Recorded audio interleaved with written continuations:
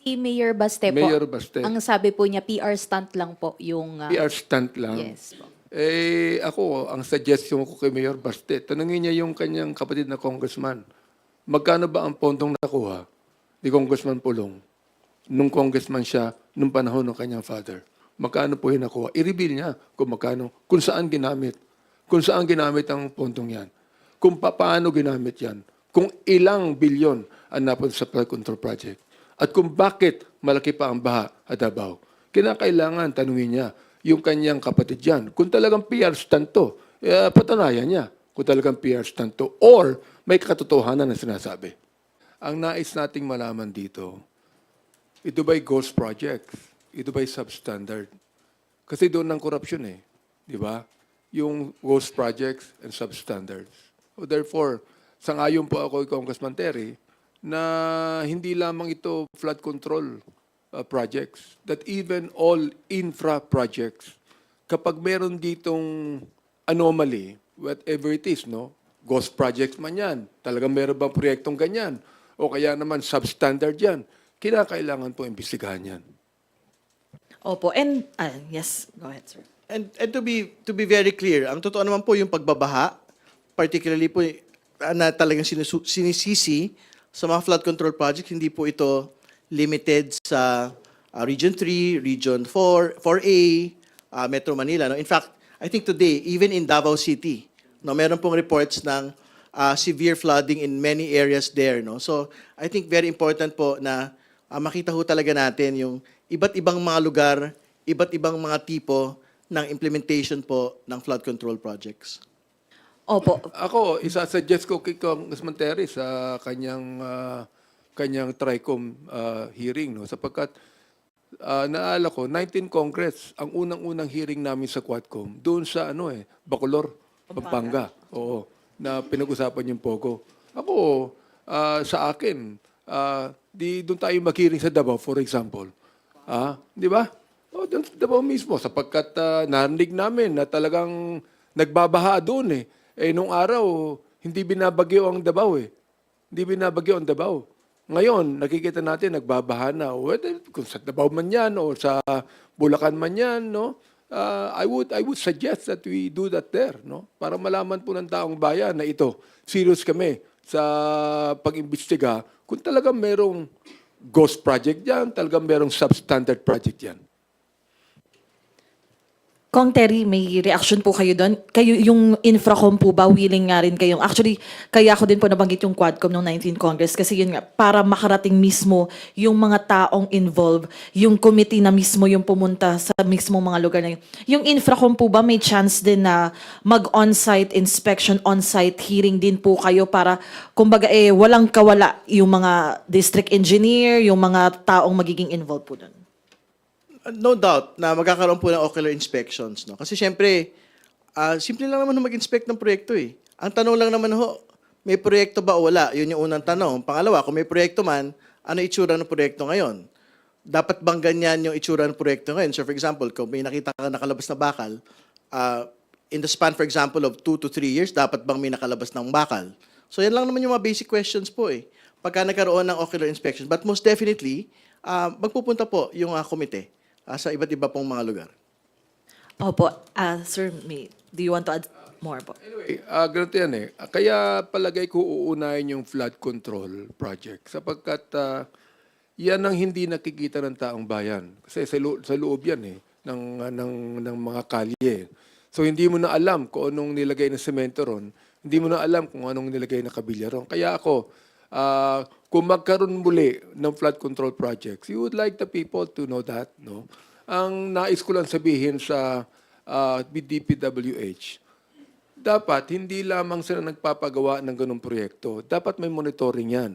Bago gawin, habang ginagawa, at pagkatapos gawin. Sapagkat ang ating Pangulo, nag-inspect eh, nilagay, completed. Yung pala walang nagawa eh. So therefore, dapat yung pong DPWH, meron din po silang monitoring and maintaining all of those projects. For example, a week ago, na-complain sa akin yung isang chairman na hindi gumagana ang floodgates and flood and pumping station doon sa Beata Pandacan. Tinawagan ko ang MMDA. Ang sabi sa akin, yung daw pala ay nasa ahensya ng DPWH, no? 4 years na, hindi gumagana yan.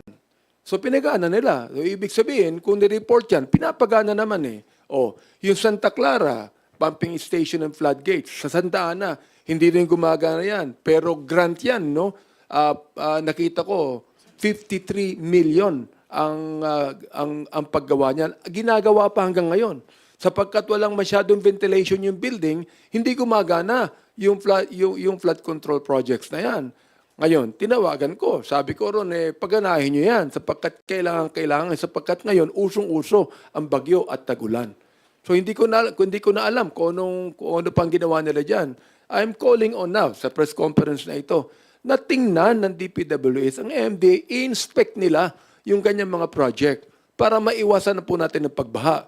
Sapagkat, Luca, wala silang monitoring dito. Wala silang maintenance dito. We would like to find out. Ngayon, kung gusto nyong makipag-ugnay sa LGU, why not? Di ba? May ugnayan yan sa LGU, why not? Basta't lahat niyan gumagana, may iwasan po natin ang mga baha kung saan man yan dapat dumating. Opo, last na lang po from my end. Follow-up lang po about dun sa lifestyle check nga na nasabi ni President Ferdinand R. Marcos Jr. Dito po kasi sa House, meron na ring House Bill aying mandatory SAL and disclosure for the President, Vice President, and the other high-ranking government officials. Sa tingin niyo po ba napapanahon na rin ito para maipasa? Teka, sino ba ang hindi nagsabit na salin nung araw? Ultimong the former president, di siya nagkasabit ng salin eh. Di ba? I mean, I am very faithful in sabihin may salin. Di ba? Dapat malaman ng taong bayan yan. No? Now, maaaring walang batas to submit a salin. Pero dapat, kung talagang honest tayo, bilang mga public officials, kinakailangan isubmit natin ang salin sapagkat yan ang inaatas sa atin. So, ang tanong ko rito, ganito eh. Sino ba ang dapat na example na mag-submit ng SALN? Hindi ba dapat ang Pangulo ng Pilipinas at lahat ng mga public officials? Para sa akin po, ako ay tapat at faithful sa pag-submit ng SALN ko. Well, again, to be very clear, no, yung SALN is a requirement for each and every government official, government employee. So dapat po sinasubmit po ito. I don't think you need a new bill for the mandatory disclosure of the SALNs. I think it's really just a question on, for example, the ombudsman, kung dapat ba niyang linalabas na. Kasi I think yun yung isa sa mga naging problema po ng previous ombudsman dati. Parang dahil binara po yung paglalabas ng SALN, wala pong access yung pong publiko sa SALN ng mga matataas pong opisyal ng gobyerno. So I don't think we need a bill for that.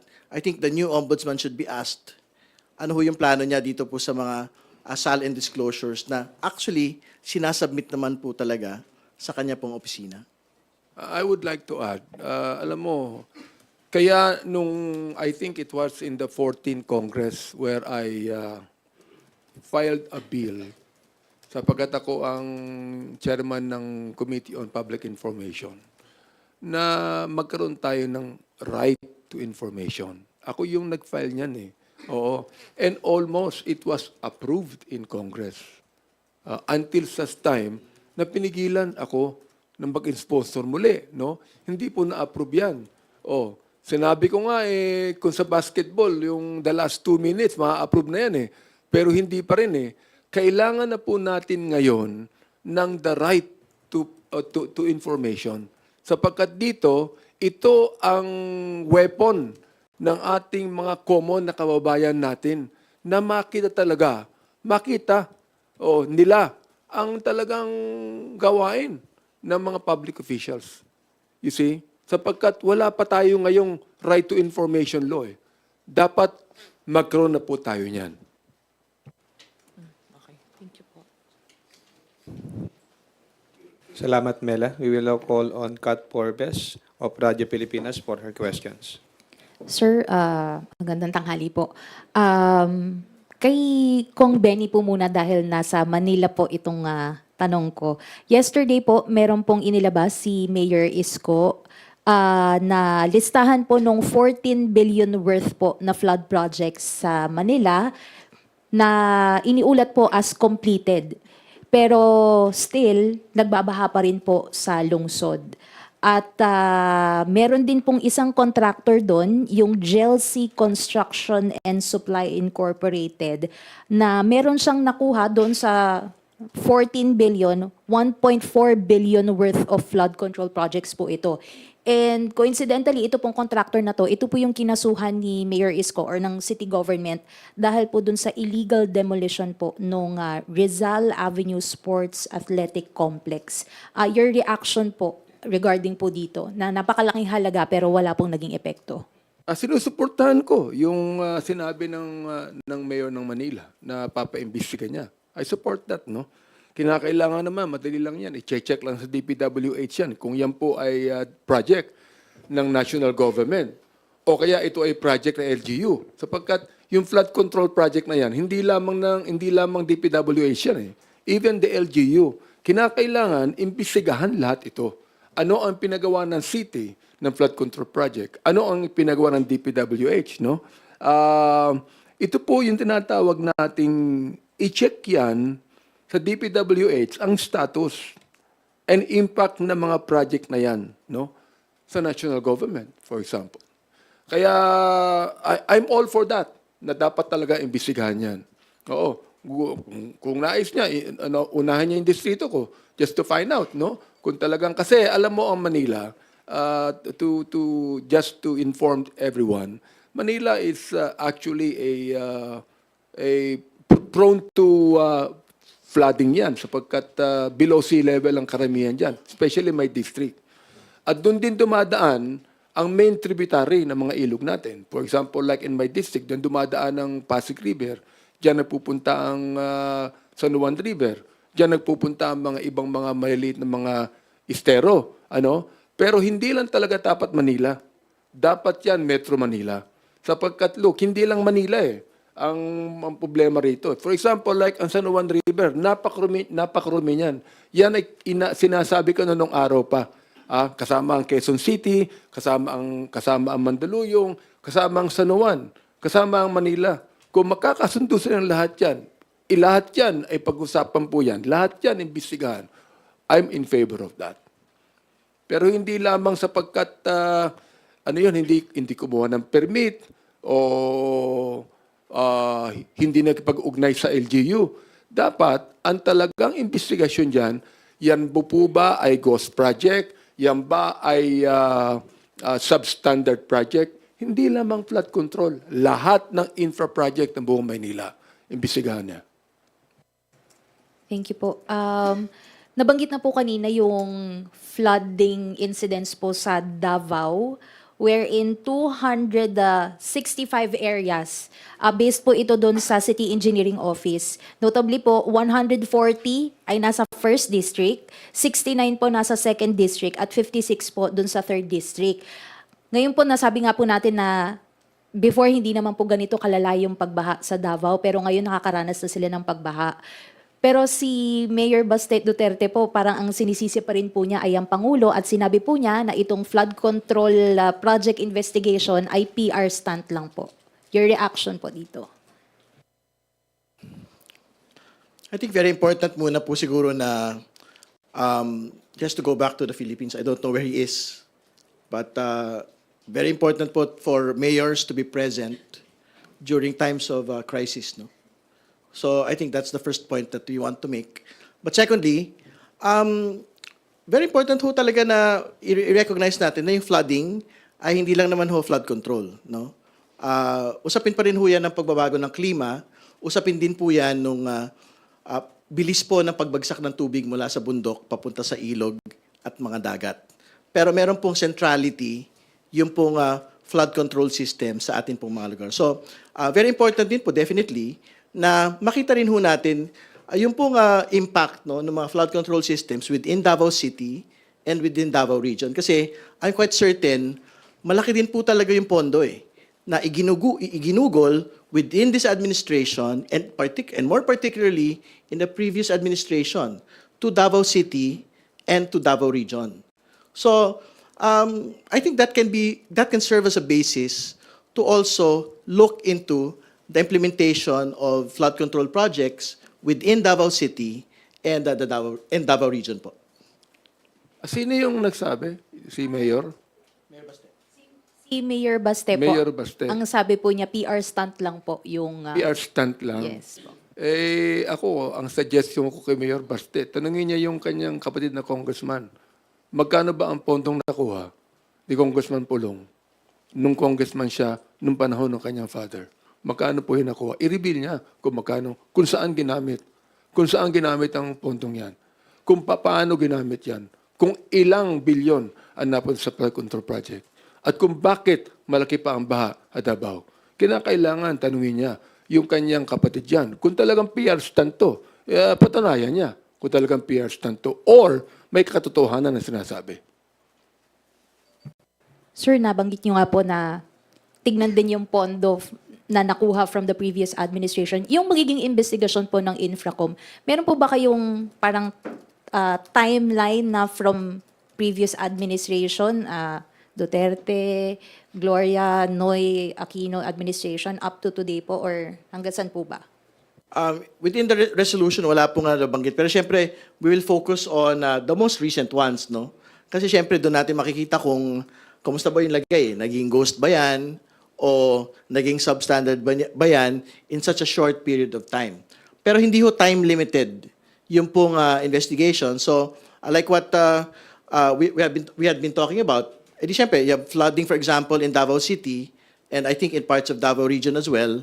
So, if the idea there is, bakit nagbabaha within Davao City, you've mentioned the districts already, at malaki ho yung pondo na naibigay, ano ho yung nangyari sa pondo po na yun? Was it actually implemented well, or was it subject to the same concerns that we have today in different areas, which is ghosted projects or substandard projects? Kasi nga, and like what Congressman Benny had stated, si Congressman Pulong naman po has been in Congress, I think this is his third term Di ba? So, kumbaga, we'd like to be able to know how much of the flood control projects had actually been placed into his district and had these projects actually been very successful.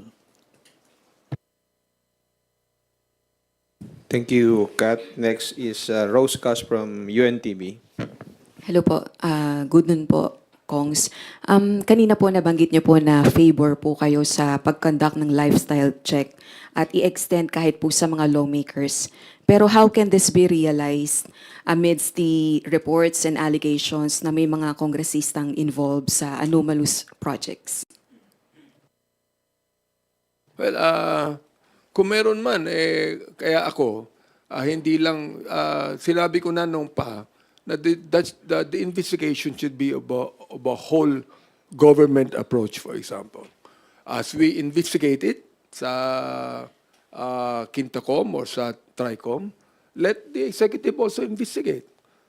Let the judiciary investigate. At ako rin, sinabi ko na rin na magkaroon tayo ng independent commission to really investigate sapagkat ayaw naman natin na sabihin ng taong bayan o pag inimbestigahan namin yan, pag mayroong involved na congressman dyan, o ano bang gagawin namin?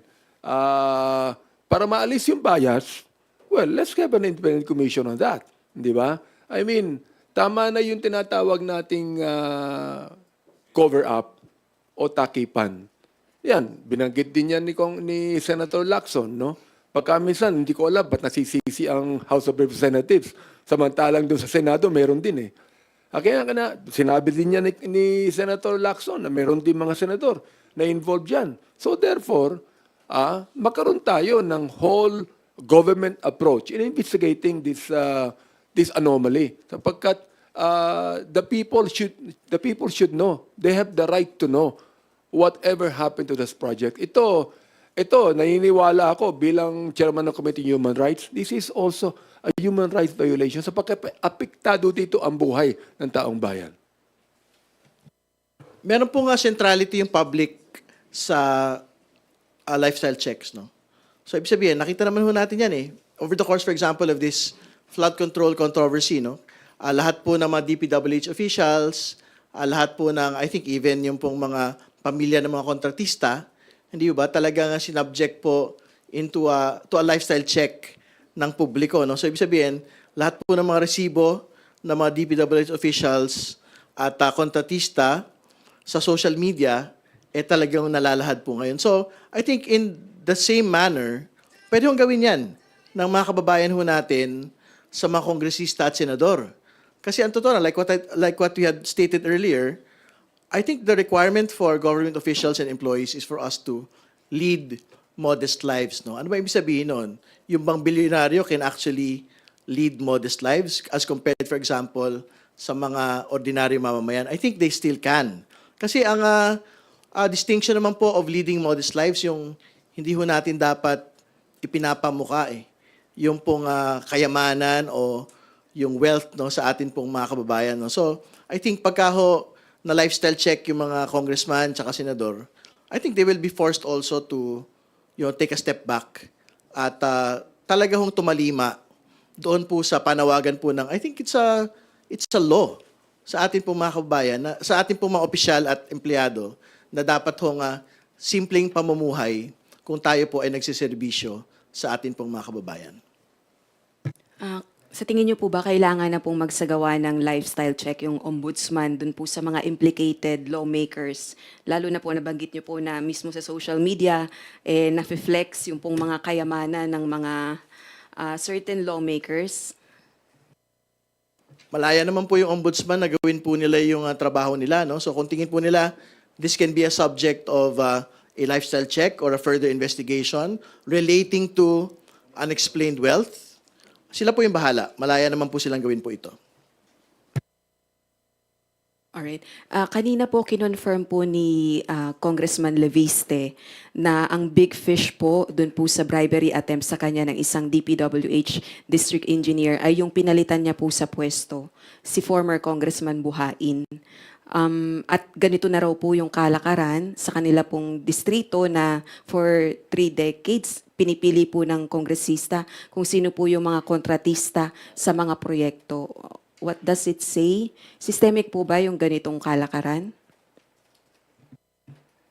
Well, una ho sa lahat, like we already mentioned, I think this can be a subject of a future Infracom hearing. No? Kasi una, involved po yung district engineer dito. Pangalawa, meron pong actual corruption allegations. Pangatlo, meron pong actual bribery attempt na nagawa. No? So, we'd like to get more information from Congressman Laviste and syempre from the district engineer involved. And most definitely, we can invite former Congressman Eric Buhain to shed light. Kasi syempre, mahirap naman ho na si Congressman Leviste lang po yung nagsasalita dito at hindi po mapagbigyan ng pagkakataon si former Congressman Buhain na idepensa naman din po ang kanyang sarili. No? So, I think we will reach that point. No? Pero, syempre, unahin muna natin yung mga pinakamahalaga pong mga proyekto na talaga pong na-ghost at na-substandard po over the course of the years. Thank you po. Rose, Earl Tobias from IBC 13. Go ahead, please. Good afternoon po, Congressman Benny, Congressman Terry. Unang tanong po kay Kong Benny. Kong, kahapon ang isa sa mga idiniin na tanong ni Vice Chairperson Jinky Luistro ay paano raw po ba kung talagang walang mag-match doon sa DNA na galing doon sa mga kaanak ng mga nawawalang sabungero, doon sa natitira pa mula sa 85 na butong nasa forensic examination pa rin ng PNP.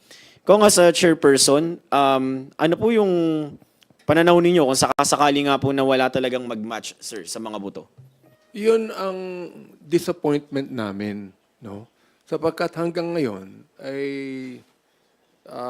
wala pa silang nakikitang DNA that will actually implicate, no, doon sa missing sabongeros. So therefore, ang pinag-uusapan namin ni Congresswoman Jinky dito ay walang kaso. Di ba? Hanggat hindi nadidetermine talagang itong nakuha sa Taal would be doon sa missing sabongeros. So, sinabi namin, o baka naman ang ibang missing sabongeros ay hindi lamang sa Taal tinapon, kundi sa ibang lugar din naman na dapat tingnan po ng ating CIDG, tingnan po ng DOJ. So, yun ang nais namin na malaman. Sapagkat they are still doing the investigation now. No? Wala pa namang na-charge sa korte.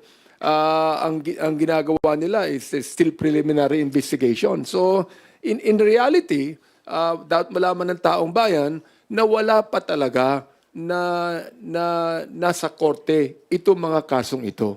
It's still in the process of investigating it. Kaya sinabi namin na until such time na hindi makakuha ng DNA yan, no? O hindi makakuha ng anuman, no? Sa iba't ibang bahagi ng bansa natin, walang makukuhang kaso dyan. At sinabi rin naman po ng I think it's a CIDG that said it hindi, DOJ pala nagsabi na ang ibang mga kaanak ng biktima ay nabayaran na. So they will not anymore be a witness and they will not anymore complain. Nabayaran na po. Ang tanong, sino nagbayad? Oo, meron din ako nabalitaan na ito ay nagkaroon na ng bayaran din naman sa Philippine National Police. We'd like to find out. Kaya nga sila harap sa Quadcom para malaman namin totoo ba ito.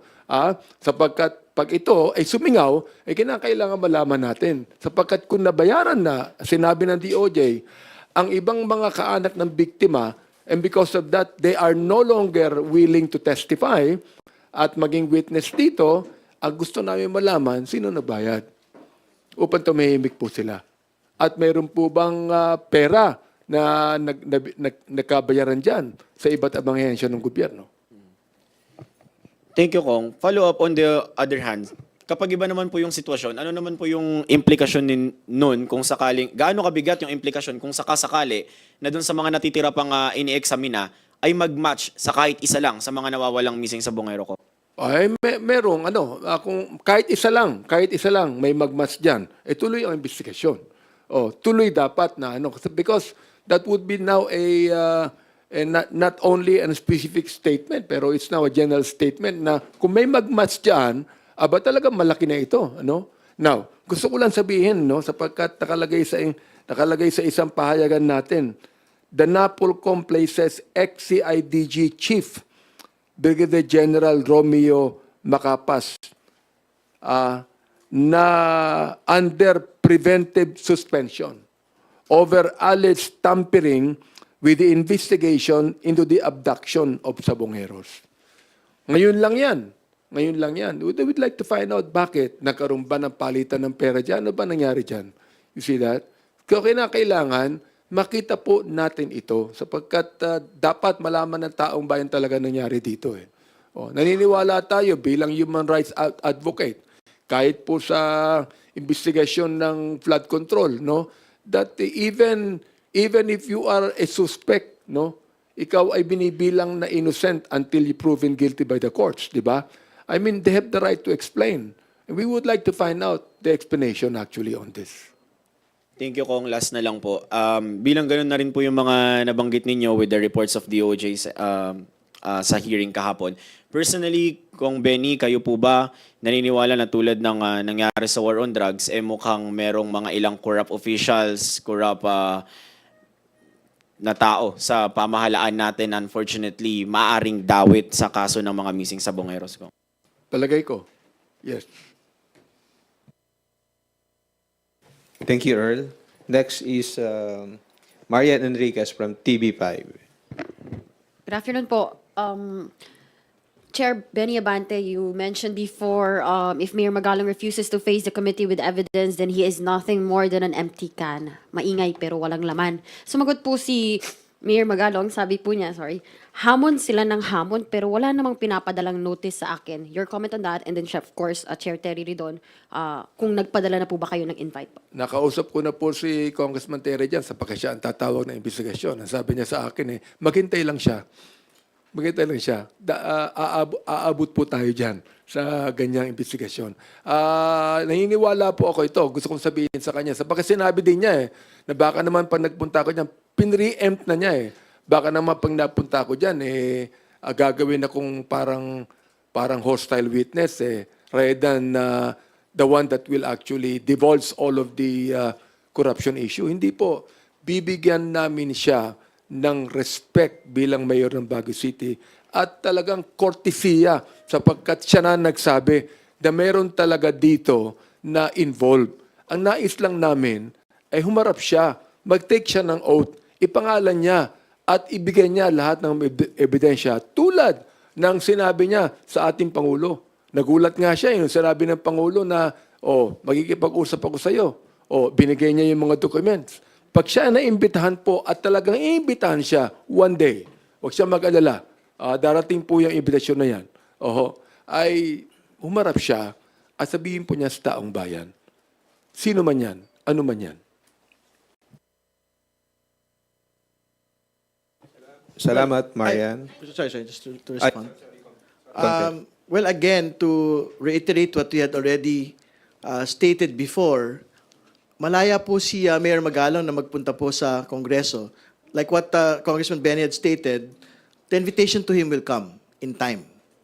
But again, the requirement for him to do this is first to do it under oath and particularly disclose the 67 lawmakers that he's saying that are contractors, and secondly, the list of lawmakers that he has na tumatanggap po ng 30 to 40% kickbacks, no? But if he will do this under oath, he will be afforded all the respect and dignity po sa pagpunta po sa isa pong komite po ng Kongreso. Sir, saying, Gusto sir, ko lang hindi pa- linawin, no? I'm not actually against Mayor Magalong. Sinusuportahan ko siya sa kanyang expose. Ang kinakailangan lang talaga namin malaman, sino-sino yung mga taong yan. Ang binanggit niya, merong 67. O sino yung 67 na yan na involved yan, no? At alam niya, marami siyang alam. No? We'd like to find out. Sapagkat, Luka, meron siya ng Baguio City na dapat unang-unang asikasuhin niya yung problema ng Baguio, di ba? I do not know why he's been saying this publicly. Ang Kongreso ang kanyang tinutuon dito. So, I would like, again, to issue the statement and tell him na, sabi nga ni Congressman Terry, darating po ang panahon na imbitahan siya. So hindi po siya invited for sa first September 2, first No, hearing? first hearing. I don't think he has personal knowledge on Bulacan issues. Succeeding weeks. In succeeding hearings po. All right. I forgot na kung ano yung itatanong ko dapat. Pero, sir, you mentioned about, I'm sorry, yung 67 or 62, alam ko po initially talaga si Senator Ping Lacson po yung nagsabi nun, not Mayor Magalong. You also mentioned na mukhang, kung may ebidensya siya, humarap siya. Pero ano po masasabi ninyo na ito, even one of your colleagues po, Congressman Leandro Leviste, siya na mismo, meron na nga rin siyang evidence and may solid, kumbaga, may case study na tayo, isa pang ebidensya na previous Kong, talagang sinasabi niya, biding-bidingan yung dating Kong na pinalitan niya, siya daw yung namimili ng mga contractors. It was actually saying, kung ano yung specifically sinasabi po ni Mayor Magalong na may mga kongresista na kayo rin naman yung parang involved daw, tapos sila-sila rin lang daw po yung namimili ng mga contractors. What can you say about that, sir? Well, it's not for Mayor Magalong to say. It is for Congressman Leviste to say. Because that is a very specific case study. So, ibig sabihin, if he has all the information and all the evidence to back it up, particularly if the district engineer is the particular person that is stating it, then he should be able to state it on record. The district engineer should be able to make a public accusation against former Congressman Eric Buhain that this has been the situation in this particular district. Ako, I commend Mark Leviste on the expose. I commend him. Leandro Leviste. I commend him for that, no? Nakausap ko din siya kahapon in the interview na kahapon nag-file na siya sa prosecutor's office ng mga demanda doon sa district engineer, no? At nais din niya na maging state witness ito upang i-divulge na kung sinong involved yan behind that, no? Na yung pagkakambanggit niya doon sa dating congressman, I hope na there is no politics in this sapagkat alam ko na sisigaw yung dating congressman o politiko lang to So, he must separate himself from any kind of a political view on this na talagang gusto niyang makita ng taong bayan na ito talagang corruption ito. Thank you, sir. Last na lang po, pahabol ko lang po kasi dun sa mga naging interview ni VP Sara, meron din po siya sinabi about nga dun sa, sunod ko lang dun sa mga school buildings. Baka would you like to comment po since nandito na po kayo previous congresses? Sabi po ni VP, hindi naman daw yung Kongs ang humihingi ng parte sa amin kasi diretso nilang kinukuha yung budget, diretso nilang kinukuha yung school building program, ang SVP, at pinaghahati-hatian nila sa loob ng House of Representatives at diniretso nilang i-attach yung listahan nila doon sa GAA version, House version ng GAA, at inakyat nila sa Senate. So, kaduda-duda daw noon yung bigla meron tayong pero ngayon may investigation flood projects. Kung seryoso raw talaga yun nga. Nasagot nyo na yun. Pero yun nga po, sir, meron pong allegation na nga pinaghahati-hatian nyo po sa loob ng House of Representatives. Hope is not just saying it. We'd like her to give us the evidence on that. Nung mas maganda kung meron siyang mga ebidensya pwedeng iharap sa amin sapagkat ako hindi ako kasama diyan eh. Di ba? I mean, kung talagang meron siyang ebidensya, sabihin niya na yung mga ebidensyang yan. Talagang sinabi niya na pinaghahati-hatian ng Kongreso yan. Okay, sige, sabihin niya. Pero kinakailangan meron siyang kasamang ebidensya dyan. At gusto kong sabihin din sa kanya na kung pag-uusapan po ang review ng Kongreso on the budget, pero pong karapatan ng Kongreso niyan. Pero tayong oversight committee niyan. Di ba? I mean, sa akin lang, sa ating Vice President, hinihiling ko lang sa kanya na i-back up niya ng mga ebidensya ang kanyang mga sinabi.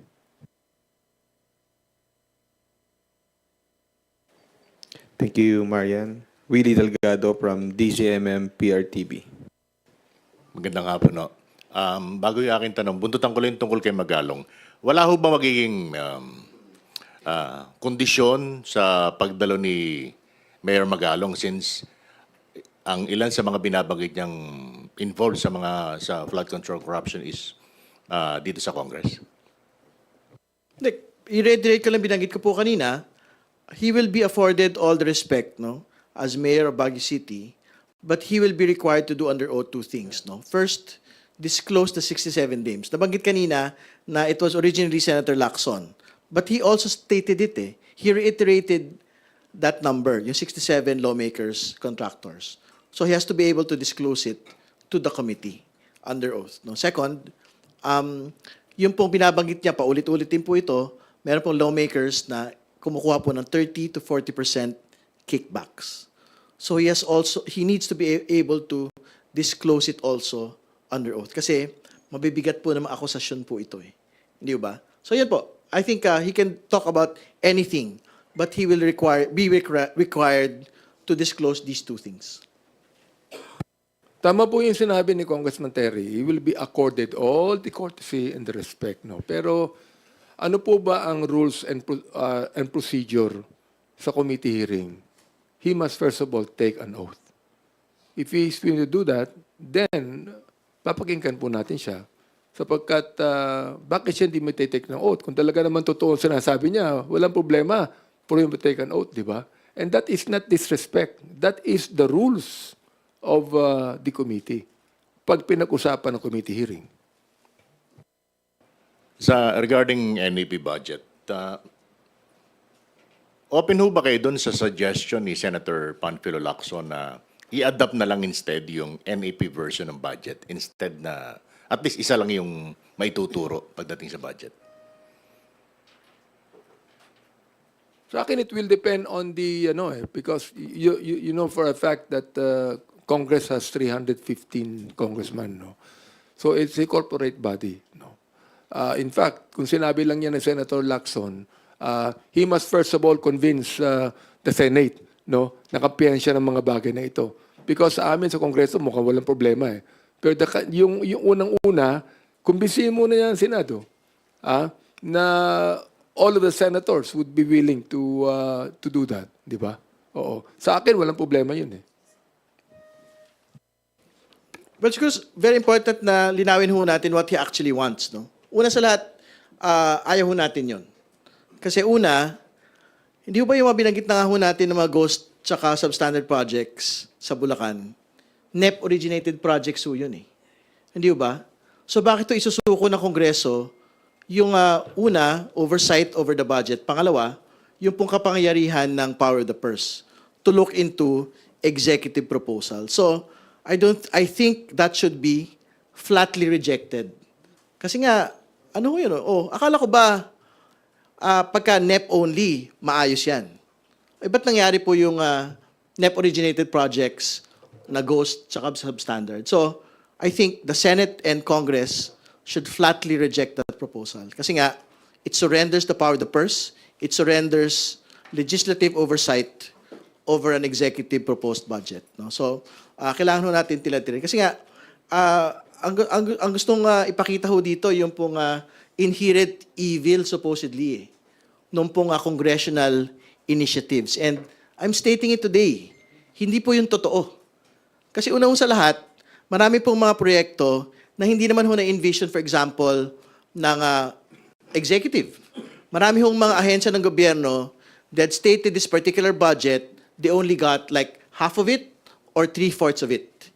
Pero ang pagtingin, for example, ng Kongreso at Senado, hindi mahalaga magdagdag ho ng mga bagong gusali. Hindi mahalaga magdagdag po ng mas maraming social protection programs para sa mga pinakamahirap po nating kababayan. Pag pinayagan ho natin na NEP only, yung pong budget, wala na po yung mga yun. Hindi ho ba? So hindi ho papayagan ng Kongreso yun. Pagka ganyan po yung kanila pong sinasabi. And more importantly, like what we had already stated, the ghost and substandard projects in Bulacan were NEP-originated projects. Hindi ho ba? So pag pinayagan natin ganyan, papayagan din ho natin na wala na ho talaga. Pwede pa rin ho mangyari yung ganyan pong mga evils within the National Expenditure Program. Example, okay.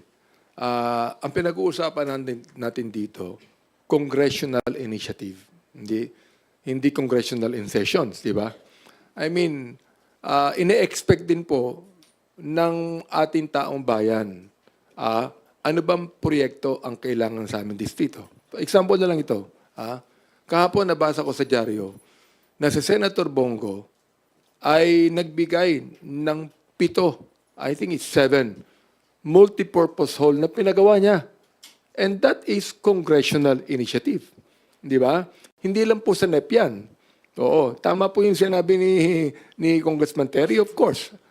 Kinakailangan natin na pagkasunduin muna lahat ang mga senador, mga congressman tukol dito. Sabi ko nga, wala akong problema dyan. Pero ito yun lang ang sinabi ko example sa inyo. No? Kapag si Senator Bongo, nagbigay siya ng 7 multipurpose hall, and that is very commendable of him. Di ba? Pero ano yan? Yan by NEP? Hindi na ho NEP yan. Oo. That is now what we can call as a congressional initiative. One last. Kahapon dun sa briefing sa Commission on Human Rights, Committee on Human Rights, nabanggit po na marami nang na-dismantle ng mga isabong websites. At ngayon nag-guerrilla operation na lang sila, papanggap ng mga legit online stores, etc. May nabanggit po bang number kung ilan pa yung mga natitira pa na nag-ooperate? Meron.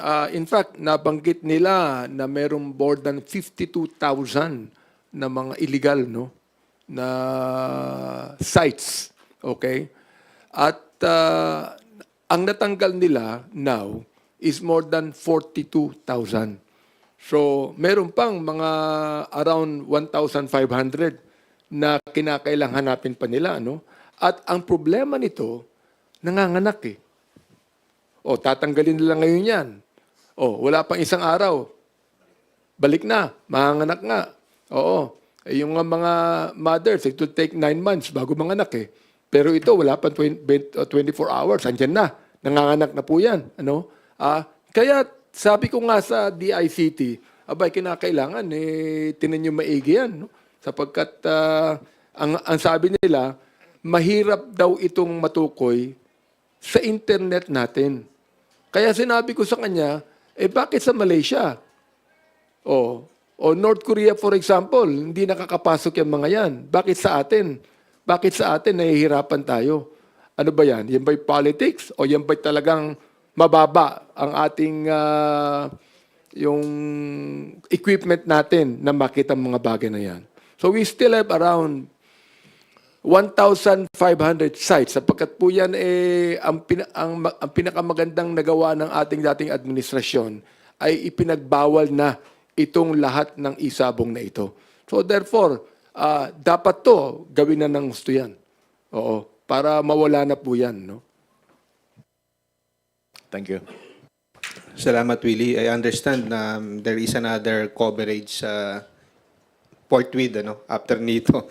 So, ipoponin question na lang natin yung from Lines Capante of GMA News. Sir, mananawagan ba kayo na yung COA reports, instead of releasing it every April, gagawin ng April instead of December, at ilagay po ito as provision dun sa GAA as just like it used to be? Actually, dapat malabas po sa pinakamaagang panahon eh.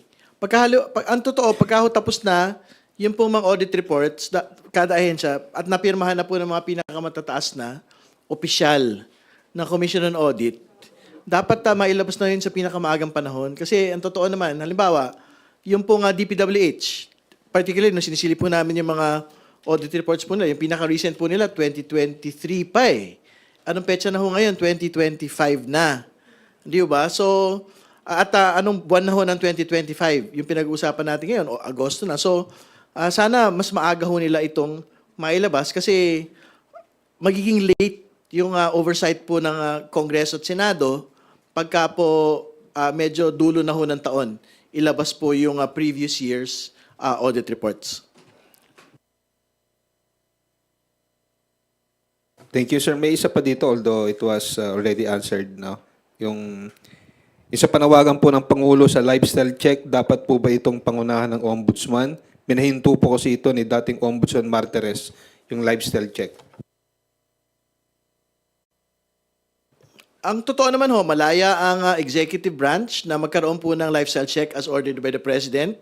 Malaya din po yung Ombudsman bilang independent office na mag-conduct po din ng lifestyle check on any and every official and employee of government. So, kung sino man ho siguro, I'm sure wala pa hong gagawin yung Ombudsman ngayon kasi wala pa ho tayong actual Ombudsman. So, hopefully, pag kami bago na po, baka pwede ho niya pong gawin ito sa mga taong gobyerno. Agree ako dyan. Thank you, sirs. Your closing statement, please. Sige po, ano na lang, by age. Yung pong